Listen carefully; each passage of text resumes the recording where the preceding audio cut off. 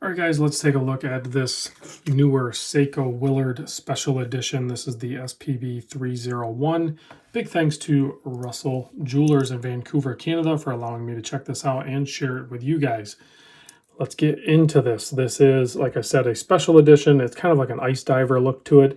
It is part of the Save the Ocean series, but it obviously has a special dial there. Very silvery, and it's mostly going to look white, but it is actually more of a silver tone.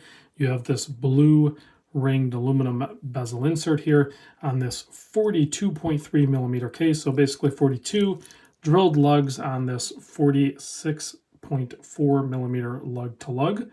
14 millimeter thick. You have a chamfered sapphire crystal that is a single domed that sits slightly proud of the bezel insert. 14 millimeter thick I covered. 20 millimeter lug width. Bracelet tapers down to 18. It is a pin and tube style bracelet sizing. And then you have the standard Seiko clasp here, a little bit longer keeper here. Double pusher, 4 micro adjust, nice and thin, milled in the center section. And then that traditional Seiko diver extension there that most of us could do without, but they have to keep it on there for the ISO certification. Here's a look at the case back. It will say special edition on there. That little blue sticker is going to stay because it is a brand new watch being loaned in. I'm not going to peel it off. 6.5 millimeter screw down crown, keeping the 200 meter water resist. 120 click bezel.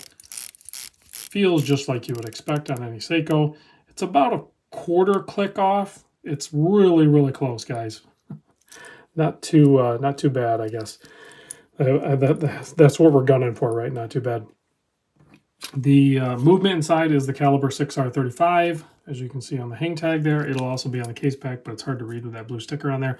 70-hour power reserve, beats at 3.5 hertz, like 21,600 vibrations per hour, something like that. Great solid movement. Has a date, three-handed. Of course, you can unscrew the crown. You'll get a little pop there, and then you can wind it in the neutral position, one position out, and you can do the date. If you pop it all the way out, it'll stop the seconds hand, and then you can adjust the time. So adjusting the time on this, just a quick tip.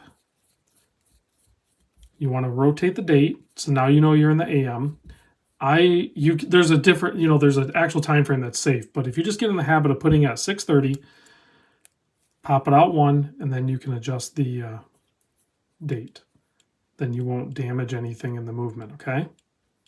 So if you just get in the habit of doing that, if you're new to automatic movements, do that, and then you can adjust. Now you can adjust your time.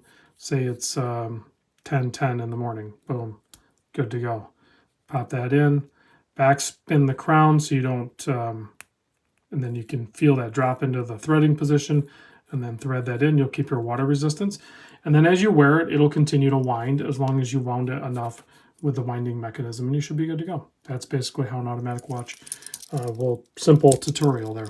Retail price, I think it's $13.75 is what Russell has it as. I see online it's like $13.50, so I'm not really sure if it's like a Canada thing or because I don't know. I don't really know. I'll put a link in the description to Russell's, but they have it listed as $13.75, which is basically the retail price.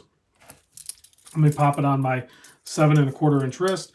I mean, discounts and deals and everything, guys, like don't always expect them. With most brands, they're pretty much gone away.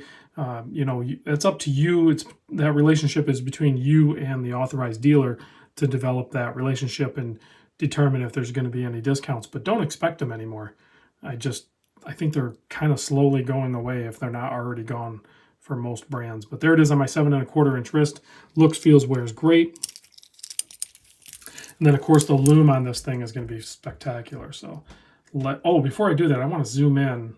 I think we're in the zoom in function here. Oop, that's exposure. Let's do zoom. So you can see the dial there. Very cool looking dial. Handset, it's brushed on one side, polished on the other. So you get a nice light play. But check out the grooves on that bezel insert. I like that. Pretty slick. Nice coin edge bezeling on the bezel there. And then this should be a press dial. I don't think that's applied indices, meaning that the indices here are actually punched in from the backside of the dial.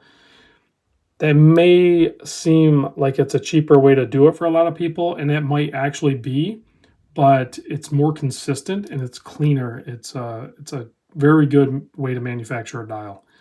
Don't let that deter you from any particular watch, whether it's this one or another one. All right, let's kill the lights and check the lume on this thing. Seiko never disappoints. There you go. Nice loomed out dial and handset, and just a pip on the bezel insert there.